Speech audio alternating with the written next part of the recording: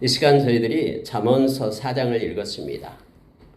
잠언서 4장은 우리에게 생명이라는 단어를 반복해서 말해줌으로 인하여 이 땅에서 가장 존귀하고 가치 있는 그 생명과 연관된 것이 지혜임을 깨닫게 합니다.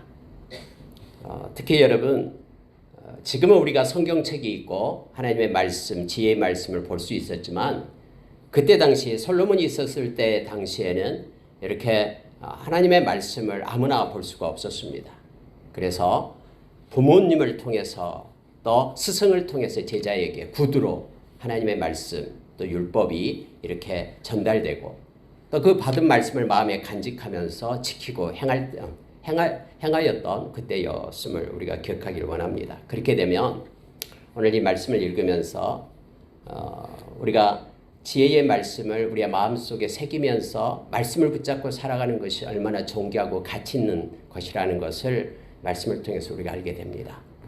특히 여러분, 이 지혜 호크마라는 이 지혜를 이렇게 잠언서에서 말할 때 이 지혜는 궁극적으로 예수 그리스도를 말하고 있음을, 상징적으로 나타내고 있음을 우리가 알게 됩니다. 특히 4장에서는 더 그렇습니다. 지혜를 의인화시켜가지고 말씀하고 있고요. 뿐만 아니라 하나님의 말씀을 지혜로 이렇게 의인화시켜서 그렇게 동일화시키면서 말씀을 기록하고 있음을 보게 됩니다. 물론 여러분, 지혜의 근원이 여호와의 경외함이 있다라고 이미 잠언서 1장 7절에서 우리에게 가르쳐주고 있죠. 지혜와 지식의 근본이 하나님의 경외함 속에 있습니다.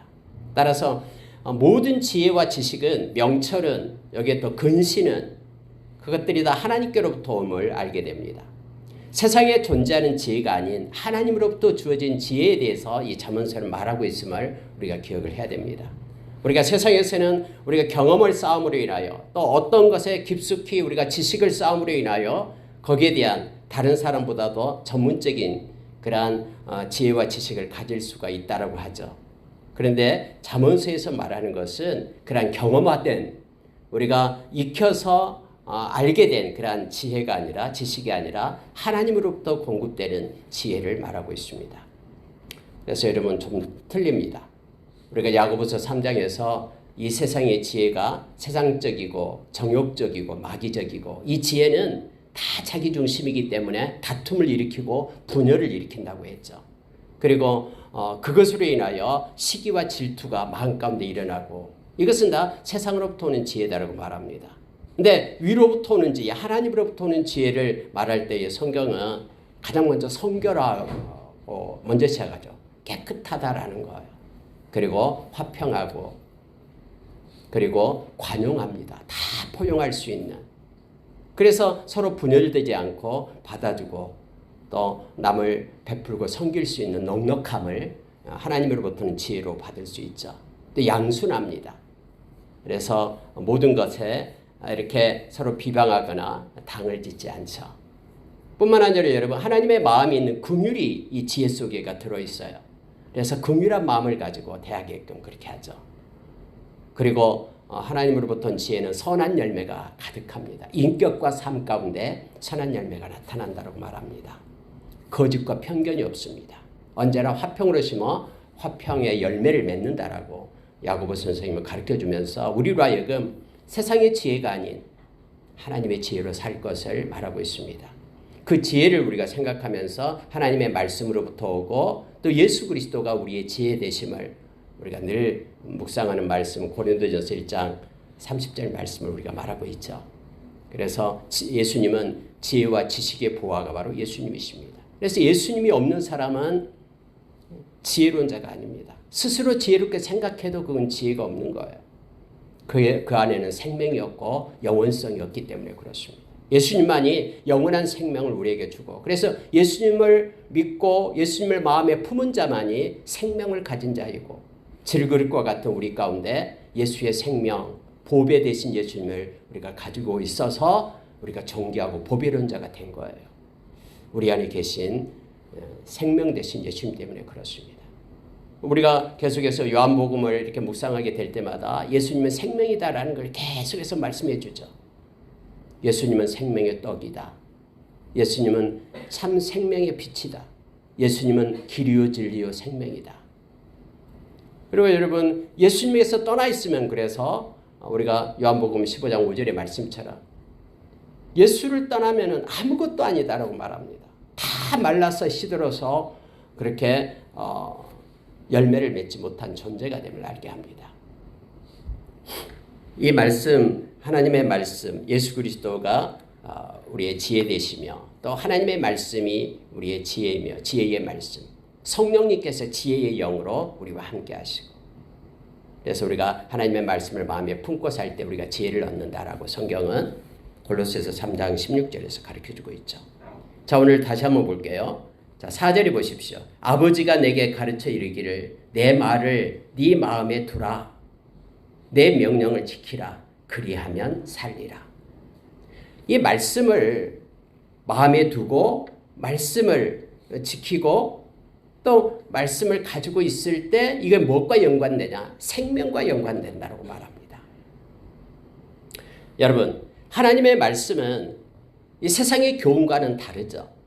우리가 디모데후서 3장 15절의 말씀을 보면은 이 말씀 가운데 구원에 이르는 지혜가 있다라고 우리에게 가르쳐 줍니다. 그래서 3장 15절에서 이렇게 말합니다. 또 어려서부터 성경을 알았나니 성경은 능히 너로 하여금 그리스도 예수 안에 있는 믿음으로 말미암아 구원에 이르는 지혜가 있게 하느니라라고 말합니다. 구원에 이르는 지혜가 하나님의 말씀 가운데 있다라고 말합니다. 우리가 16절은 다 알고 있죠. 모든 성경은 하나님의 감동으로 된 것으로 교훈과 책망과 바르게 함과 의로 교육하기에 유익하니 이는 하나님의 사람으로 온전하게 하며 모든 선한 일을 행할 능력을 갖추게 하려 하니라라고 말합니다. 하나님의 말씀으로부터 지혜의 말씀으로부터 오는 그 지혜 때문에 구원에 이르는 지혜가 있게 되고 또 우리가 하나님의 사람으로 온전케 세워진 바 되고 또 우리가 세상에서 선을 행할 수 있는 동력을 말씀으로부터 얻는다라고 성경은 가르쳐주고 있습니다. 이 말씀은 말씀을 가지고 있으면 너가 살리라 라고 지금 이 성경은 오늘 4절에서 그렇게 말해주고 있습니다. 생명과 연관되지 않는 것은 가치가 없어요. 우리 생명과 연관되는 것이 가장 존귀하고 가치 있는 것입니다. 우리가 고린도 전서에서도 우리에게 가르쳐주죠.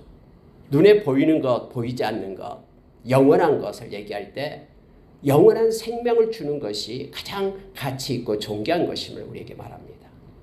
우리는 기껏 살아야 이 땅에서 100년까지 여러분 다 사시기 바랍니다. 근데 그것으로 끝나는 거예요.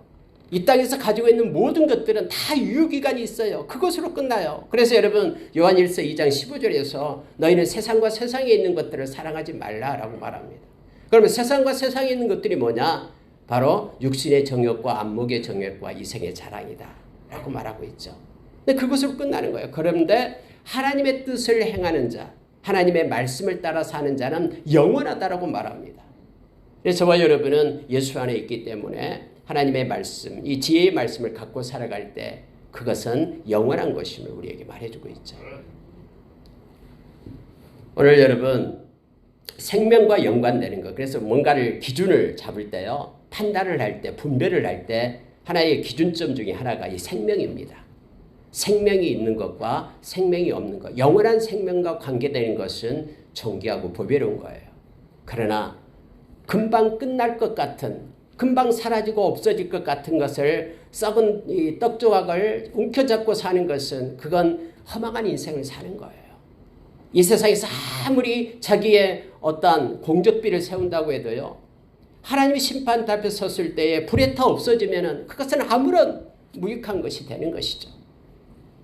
그러나 우리가 하나님 앞에서 영원히 있게 될 영원한 생명과 연관된 하나님의 뜻을 행하는 자로 서게 되면은 하나님이 주신 것들은 영원한 것들이죠. 하나님의 나라에서 영원히 누릴 것들을 우리에게 가르쳐 줍니다. 그래서 요한복음 6장에 보면 예수님께서 예수님을 따르는 많은 사람들을 향해서 그렇게 말합니다. 썩어질 양식을 위하여 일하지 말라라고 말하죠. 그러면서 영원히 있게 될 양식을 위하여 일하라. 사람들이 묻습니다. 아니 도대체 그게 뭡니까?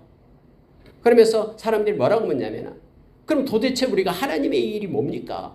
하나님의 일, 영원히 있을 하나님의 일이 뭡니까? 라고 말할 때 예수님께서 가르쳐준 내용이 있었죠.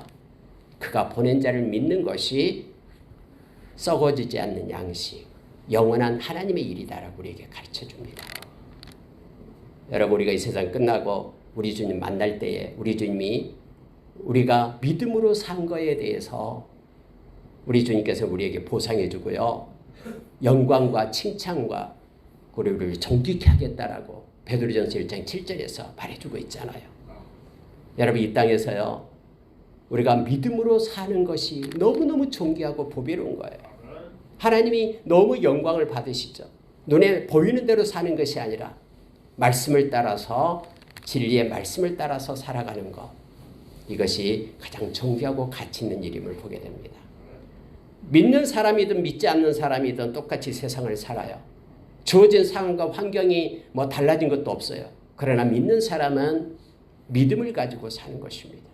어렵고 고통스럽고 힘든 환경 속에서도 하나님을 신뢰하며 의지하며 마음의 평강과 기쁨을 가지고 살아가는 거예요.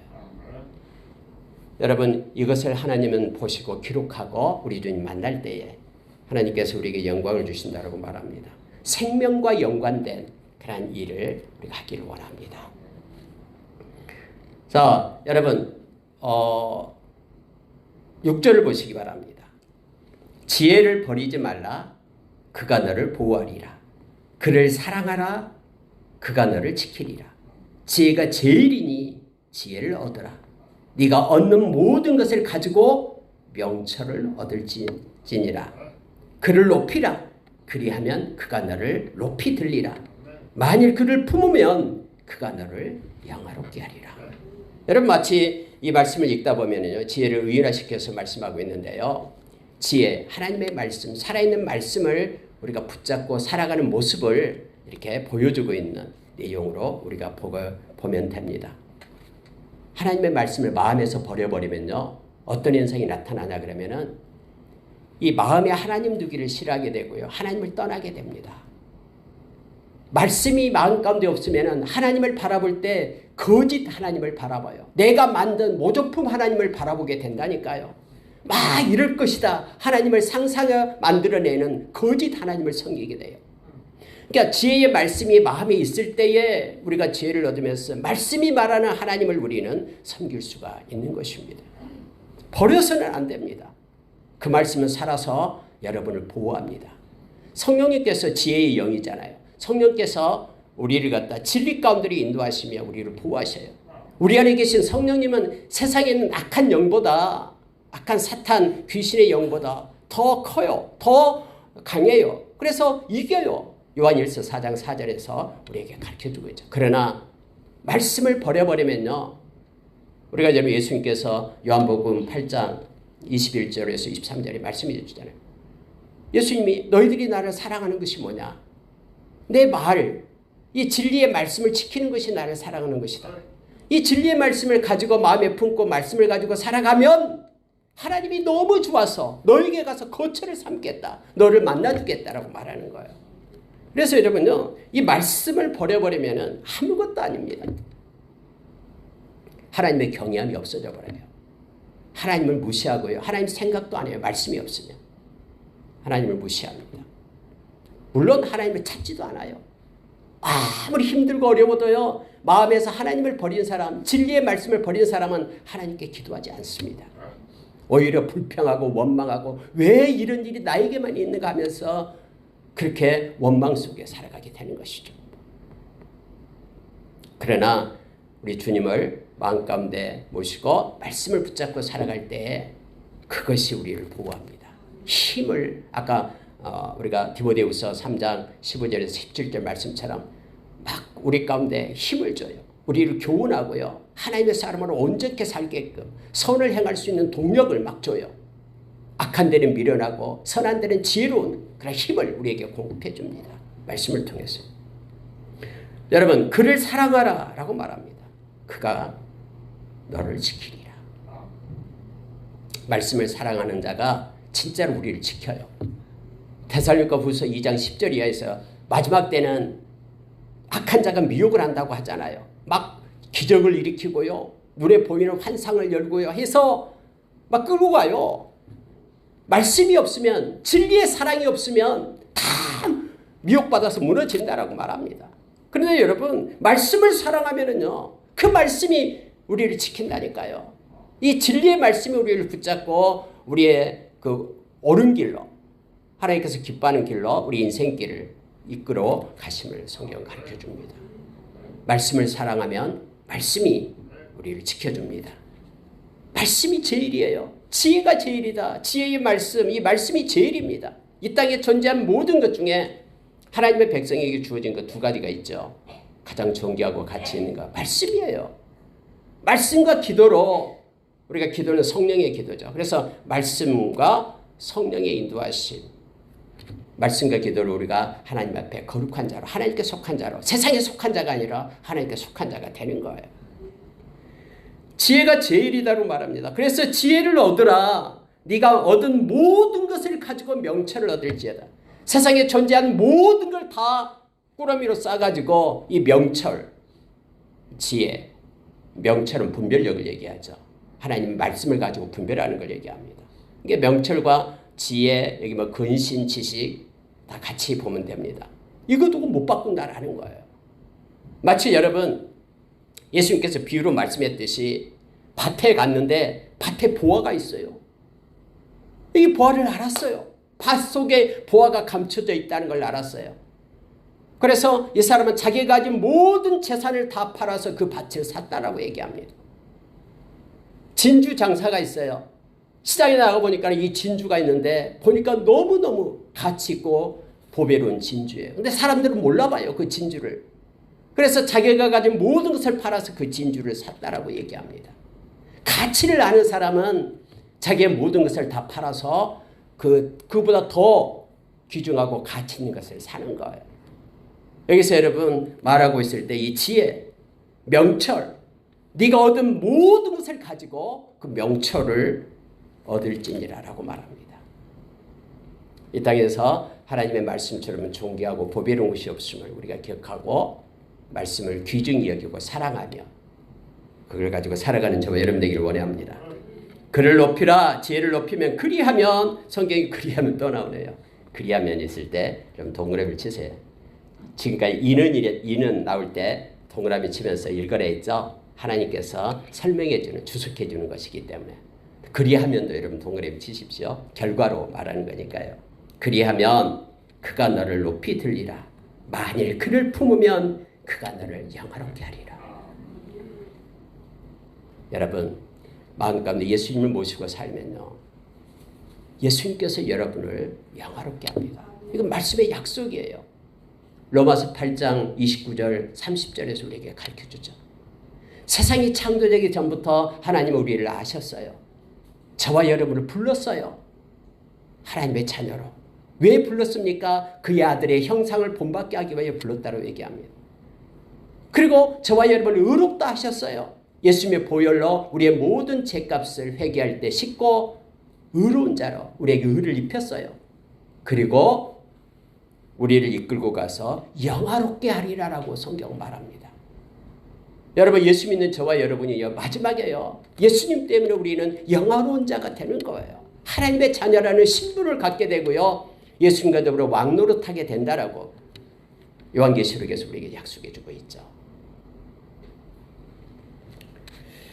예수님을 품으면, 또 지혜를 품으면 그가 너를 영화롭게 하리라. 우리 인생의 끝자락에서 말씀을 가진 자가 우리 인생의 끝자락, 말씀이 말하는 그 약속을 얻게 됩니다. 저와 여러분은 그래서 언약의 자손이라고 얘기하잖아요. 언약의 백성. 이 말은 뭐예요? 말씀을 가진 백성이라는 뜻이에요. 약속이 있는 말씀을 가진 백성. 그래서 여러분 세상은 말씀대로 움직인다고 하잖아요. 히브리서 11장 3절에서 우리 인생의 끝자락에서 말씀을 가진 자가 그 자리에 말씀의 약속의 자리에 서게 되는 거예요. 우리를 영화롭게 하고 또 그 말씀이 우리로 하여금 하나님께 기뻐하는 삶을 살아가게끔, 그것이 그 말씀을 가진 삶이 믿음임을 우리에게 말해줍니다. 9절에 보면은 그가 지혜가 아름다운 관을 내 머리에 두겠고 영화로운 면류관을 내게 주리라 하셨느니라. 그래서 말씀이 아니면 멈춰 서야 됩니다. 말씀이 가라 하면은 가는 거예요. 99명이 이 길로 가더라도 말씀이 아니면 나는 멈춰서고 이 길로 가야 됩니다. 그래서 여러분, 저와 여러분이 말씀의 사람이 되기를 원합니다. 자, 11절로 내려가겠습니다. 내가 지혜로운 길을 내게 가르쳤으며 정직한 길로 너를 인도하였은즉 다닐 때에 네 걸음이 공고하지 아니하겠고 달려갈 때에 실족하지 아니하리라. 여러분, 말씀을 가진 사람들은요, 세상의 유혹을 또 함정을 이것을 갖다 분별할 수 있는 능력이 생기죠. 말씀이 바로 사고와 행동의 중거점이 되기 때문에 그래요. 말씀의 조명 아래 두기 때문에 그래요. 그래서 말씀과 기도로 살아가는 이들이 바로 하나님의 백성이다 했잖아요. 기도보다 앞서지 말고요, 기도하면서 하나님의 말씀에 비추어서 살아가는 것입니다. 그러면은 달려간다 할지라도 실족하지 않습니다. 그리고 여러분, 걸음이 공고하지 않습니다. 여러분, 걸음이 공고하다는, 걸음이다라는 것은 인생길을 얘기하는 거예요. 삶을 살아갈 때요, 마음 가운데 공고함이 있으면은요, 힘들어요. 허망한 인생이죠. 그러나 공고하지 않고 하나님이 주신 기쁨과 평강이 마음을 붙잡고 세상이 아무리 요동한다 할지라도 말씀을 가지고 사는 이들은 말씀을 의지하기 때문에 평안과 기쁨으로 살아가기 때문에 알게 합니다. 그리고 특히 달려가는 그런 급작스러운 가운데 있어도 실족하지 않습니다. 다윗이 그랬어요. 다윗은 여러분 전쟁을 하면서도 하나님을 의지하잖아요. 성벽을 뛰어넘으면서도 하나님께 기도하면서 성벽을 뛰어넘잖아요. 그래서 다윗이 가는 곳곳마다 승리를 주셨음을 우리는 성경은 가르쳐 줍니다. 우리가 아무리 급해도 하나님 앞에 교통하며 말씀을 가지고 승리하는 자, 믿음으로 사는 자 되기를 원합니다. 근데 여러분, 사악한 자가 나옵니다. 악한 자, 14절이에요. 반대입니다. 하나님의 말씀을 버리고 하나님의 경외함을 없는, 마음에 하나님 두기를 싫어하는 자를 갖다 사악한 자라고 얘기합니다. 그래서 여러분, 사악한 자의 길에 들어가지 말며 악인의 길로 다니지 말지어다. 그의 길을 피하고 지나가지 말며 돌이켜 떠나갈지어다. 그들은 악을 행하지 못하면 자지 못하며 사람을 넘어뜨리지 못하면 잠이 오지 아니하며 불의의 떡을 먹으며 강포의 술을 마심이니라. 특징을 지금 설명하고 있습니다. 마음에 하나님 두기를 싫어하는 사람은 마음에 악의와 악독을 품고 살아요. 우리가 로마서 1장 27절 이하에서 가르쳐 준 것이죠. 하나님이 이렇게 행하는 자는 이 사망에, 죽음에 이른다라고 정한 것을 알고도 자기가 행할 뿐만 아니라 하나님을 무시하면서 이렇게 행하는 자에게 박수를 치죠. 그러면서 불의의 떡을 먹어요. 강포의 술을 마신다라고 시적인 표현을 써서 나타냅니다. 그런데 이런 악인의 형통함을 부러워하지 말고 그들의 길을 쫓지 말라라고 말합니다. 그 오만한 자의 자리에 앉지 말라라고 얘기합니다. 그들과 연합하지 말 것을 성경은 요청해 주고 있습니다. 반대가 바로 의인의 길입니다. 의인의 길은 돋는 햇살 같아서 크게 빛나 한낮의 광명에 이르거니와 악인의 길은 어둠 같아서 그가 걸려 넘어져도 그것이 무엇인지 깨닫지 못하느니라. 깨달으면 돌아오게요. 그래서 여러분, 세상에서 가장 불쌍한 사람이요, 막 거짓말하고 악한 짓을 해요. 그런데도 막 승승장구하는 사람들이 있잖아요. 막 돈이 쌓이고 막 엄청나게 부자로 살고 이런 사람이 있잖아요. 이런 사람이 가장 불쌍한 사람이죠. 왜요? 이런 사람은 돌이켜서 주님께로 돌아올 이유가 없는 거예요. 계속해서 거짓말할수록 돈이 더 쌓이고 하는데요. 근데 성경에는 여러분, 이것을 부러워하는 사람들이 있다고 얘기합니다. 그런데 절대로 부러워하지 말라. 왜냐하면 공의로운 하나님께서 심판의 때를 정해놓고 있다고 말하는 거예요. 언제 그랬냐는 등 그의 모든 것들이 심판을 받게 된다고 말합니다. 이 땅에서 심판받지 않으면 하나님의 심판대 앞에서 영원한 멸망, 불못에 던져지는 심판을 받게 되기 때문에 그래요. 그러나 거짓말하고 불의를 행해서 탈법하고 불법하고 행해서 얻으면은 막 망하는 사람들, 그 사람들은 오히려 하나님의 은혜를 받는 거예요. 돌이켜 회개하고 하나님께로 올 수 있는 기회가 되기 때문에요. 하나님의 회개를 너무너무 기뻐하십니다. 의인의 길은 돋는 햇살 같다라고 말합니다. 그래서 여러분 예수 믿는 사람들 갖다 성경에서는 빛의 자녀라고 얘기합니다. 우리가 요한복음 8장 12절에서 예수님은 세상의 빛이다. 나를 따르는 자는 나는 세상의 빛이니 나를 따르는 자는 어둠에 거하지 않고 빛의 자녀가 됨을 참된 빛을 참빛을 생명의 빛을 얻게 됨을 말하고 있죠. 에베소서 5장 8절에서는 이 빛의 자녀의 열매에 대해서 우리에게 가르쳐줍니다. 모든 착함과 의로움과 진실함이 빛의 자녀의 열매다라고 우리에게 말합니다. 데살로니가 전서 5장 1절에 10절에서는 마지막 때에 어둠의 자녀로 있지 말 것을 말합니다. 빛의 자녀로 있을 것을 말하면서 믿음과 사랑의 호신경을 가슴에 붙이고 소망의 구원의 투구를 쓸 것을 우리에게 말하죠. 그래서 여러분 저와 여러분이 빛의 자녀로 설 것을 말해주고 있습니다. 하나님은 빛이십니다. 그래서 빛 대신 주님이 우리의 마음 가운데 오면은 어둠은 사라져요. 혼란하고 혼동스러운 것들은 거쳐집니다. 우리의 갈 바를 알게 됩니다. 인생의 목적을 깨닫게 됩니다. 그래서 여러분 빛 대신 주님을 우리의 마음 가운데 모시고 사는 이들은 어둠의 자녀로서의 삶을 살지 않습니다. 근데 악한 자는 언제나 우리가 고린도후서 4장 4절에서 하나님의 말씀이 우리의 마음 가운데 떨어지지 못하도록 우리의 마음을 혼미케 하는 것이 있다고 말하죠. 혼동스럽게 하고 혼미케 하고 명확하지 않게끔 마음을 혼란스럽게 해요. 악한 자가 그렇게 한다고 말합니다. 그래서 여러분 저와 여러분이 마음을 지켜야 돼요. 마음이 악한 자가 와서 마음을 후벼넣지 않도록 불평과 두려움과 원망과 의심이 마음을 지배하지 않도록 저와 여러분이 예수의 보혈로 회개하면서 마음을 깨끗하게 지켜야 됩니다. 그 내용이 바로 23절이에요. 모든 지킬 만한 것 중에 더욱 네 마음을 지키라. 생명의 근원이 이에서 남이니라. 우리의 마음을 지키지 못하면은 우리는 생명을 얻어낼 수가 없습니다. 마음을 지키라라고 말합니다. 네, 여러분 알고 있죠? 히브리서 4장 12절이에요. 우리의 마음을 지킬 수 있는 것이 있어요. 말씀이에요. 말씀은 날선 검보다도 더 예리해요. 그래서 우리의 마음과 생각을 감찰하는 것이 말씀이에요. 말씀을 우리의 마음 가운데 둘 때 말씀은 빛이기 때문에 우리 발의 등이고 우리 길의 빛이기 때문에 말씀이 우리의 마음을 지켜낸다니까요. 말씀의 조명 아래 마음을 비추면요. 마음에 깊숙이 감춰놓았던 그 쓴뿌리들, 더러운 것들, 그 모든 것들이 드러나고요. 그럼 우리는 회개함으로 정결케 되고 마음이 깨끗한 마음으로 지켜져요. 깨끗한 마음을 가진 자, 정결한 자를 하나님께서 사용하시죠. 하나님의 도구가 된다라고 디모데후서 2장 20절에서 우리에게 가르쳐주고 있잖아요. 그러면서 너희는 너희 정욕을 따라 살지 말고 깨끗한 마음으로 주를 부르는 자들과 함께 해라. 그들과 함께 하나님의 의와 믿음과 사랑과 화평을 쫓으라라고 그렇게 디모데후서 2장 22절에서 우리에게 말해주고 있는 것이죠. 우리의 마음을 지켜야 됩니다. 말씀으로밖에 지킬 수 없어요.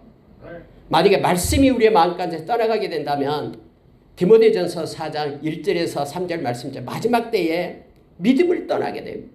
믿음을 버리고 말씀이 없기 때문에 귀신의 가르침을 쫓는다라고 말합니다. 뿐만 아니라 마음이 화인 맞아가지고는 깨닫지 못해요. 더럽고 추한 것이 마음에 있는데도 그것이 있는지도 몰라요.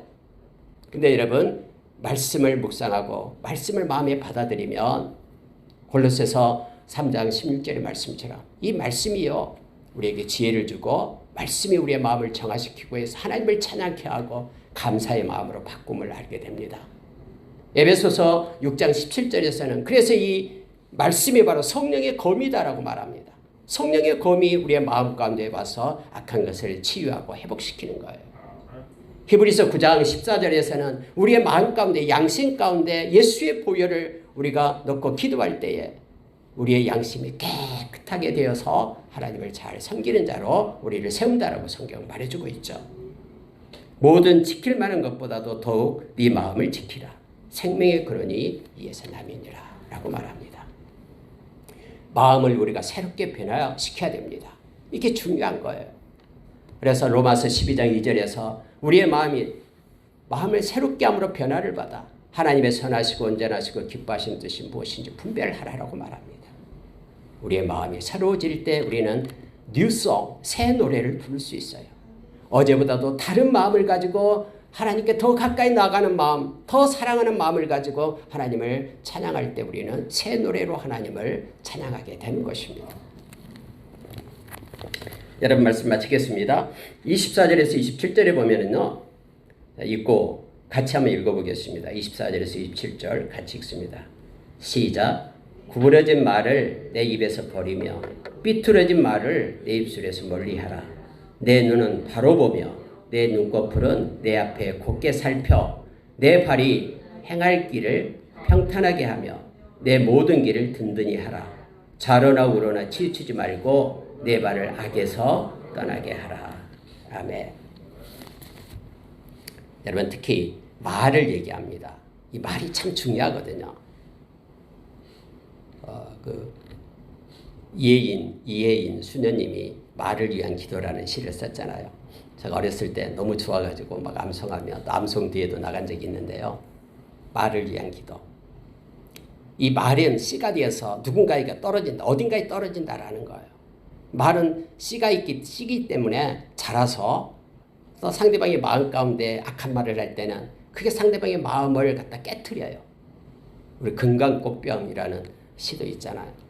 마음에 이 병이 이렇게 급이 가는 거예요. 그래가지고 남의 마음을 갖다 상체기를 내가지고 물을 부어도 물이 다 새버리고 이 마음이 죽어가는. 그래서 말을 조심해야 된다고 말합니다. 우리가 에베소서 4장을 읽어보면은 함부로 말을 해서는 안 된다라고 성경이 말하죠. 불평하고 비방하고 정죄하고 또 악한 말, 거짓말 이런 말 하지 말라라고 성경이 말하죠. 감사의 말, 은혜의 말을 하라라고 우리에게 말합니다. 이 버릇이 됩니다. 그래서 여러분 불평하고 비판하고 비난하고 여기 말하는 것들 구부러진 말 될 수 있어요. 입을 나오려고 하면 입을 막고 차라리 입을 닫은 게 나아요. 구부러진 말 하면 안 됩니다. 이렇게 갈고리가 되어서 상대방의 마음을 후벼 파거든요. 그리고 여러분 여기서 삐뚤어진 말 이렇게 표현했어요. 삐뚤어진 말. 고든 말이 아니라 삐뚤어진 말.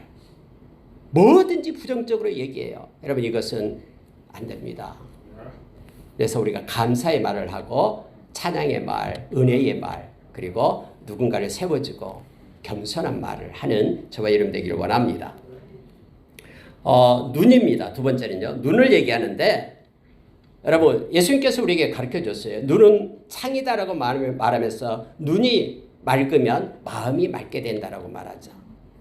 그래서 여러분 눈을 가지고 바로 보고 또 곱게 살펴볼 수 있는 눈을 가져야 돼요. 눈도 교만한 눈이 있습니다. 눈도 안에가 들보가 들어있는 눈이 있어요. 자기는 들보가 들어있는 눈을 가졌음에도 불구하고 남의 티를 뺀다라고 막 지적질하면서 말하는 이들이 있습니다.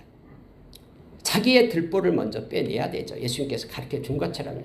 그래야지만이 밝히 눈을 떠서 상대방의 작은 티도 이렇게 볼 수 있는 그러한 지혜가 생기는 것이죠. 여기서도 역시 바로 보는 눈이 있어야 됩니다. 교만한 눈, 거만한 눈이 아니라 아래로 보는 눈이 아니라 존중하고 사랑하는 눈을 뜰 것을 말합니다. 그리고 앞을 곱게 살펴라라고 얘기합니다. 우리의 삶 가운데 눈을 바로 떠서 하나님의 말씀에 조명 아래 비추면서 여기서 말한 것처럼 곱게 살펴 우리의 발의 행함을 인생의 길을 가는 데에 주의할 것을 성경은 우리에게 가르쳐주고 있습니다. 좌우로 치우치지 말 것을 우리에게 말합니다. 막 세상을 가는 데에 막 여기서 웅성거리면 또 이쪽으로 가버려요. 좀 가다가 이쪽에서 웅성거려 이쪽으로 가버리고요. 좌우로 치우치는 삶이 아니라 말씀을 붙잡고 주님이 인도하시는 그런 길을 가는 저와 여러분 되기를 원합니다. 악한 데는 미련하고 선한 데는 지혜로운 저와 여러분 되기를 원합니다. 결국 말씀밖에 없습니다. 말씀과 기도로 우리가 거룩하여지고 기도보다 앞서지 않고 기도하며 하나님 주신 마음을 가지고 말씀의 조명 아래 살아가는 지혜로운 저와 여러분 되기를 원합니다. 함께 기도하겠습니다.